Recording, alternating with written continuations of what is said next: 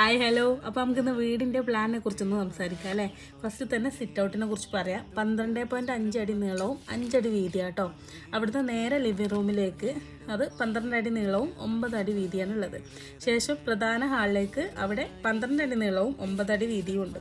അവിടെ ചെറിയൊരു courtyard set ചെയ്തിട്ടുണ്ട്. പുറത്തേക്ക് അത്യാവശ്യം നല്ല വ്യൂ ഉള്ളൊരു സ്ഥലം തന്നെയാണ് കേട്ടോ. അവിടെ ബെഡ്റൂം വന്നിട്ടുള്ളത് 13 അടി നീളവും 9 അടി വീതിയാണ്. ഇത് നീളത്തിലുള്ള റൂമാണ്. അവിടെ ചെറിയൊരു ബേ വിൻഡോയും കൊടുത്തിട്ടുണ്ട് കേട്ടോ. പിന്നീട് നമ്മൾ അവിടെ നിന്ന് നേരിട്ട് സ്റ്റെയർ ഏരിയ കഴിഞ്ഞിട്ട് അവിടെയും ചെറിയൊരു ബേ വിൻഡോ കൊടുത്തിട്ടുണ്ട്. സ്റ്റെയർ ഏരിയ കയറുന്ന ആ സ്ഥലത്ത് തന്നെ. പിന്നെ അറ്റാച്ച്ഡ് ബാത്റൂമാണുള്ളത്. അറ്റാച്ച്ഡ് ബാത്റൂം 8 അടി നീളവും 3.5 അടി വീതി.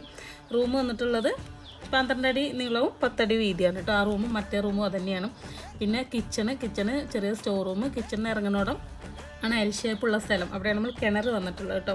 കിച്ചണ് 14 അടി നീളവും 9 അടി വീതിയാണ് ഉള്ളത്. അടുത്ത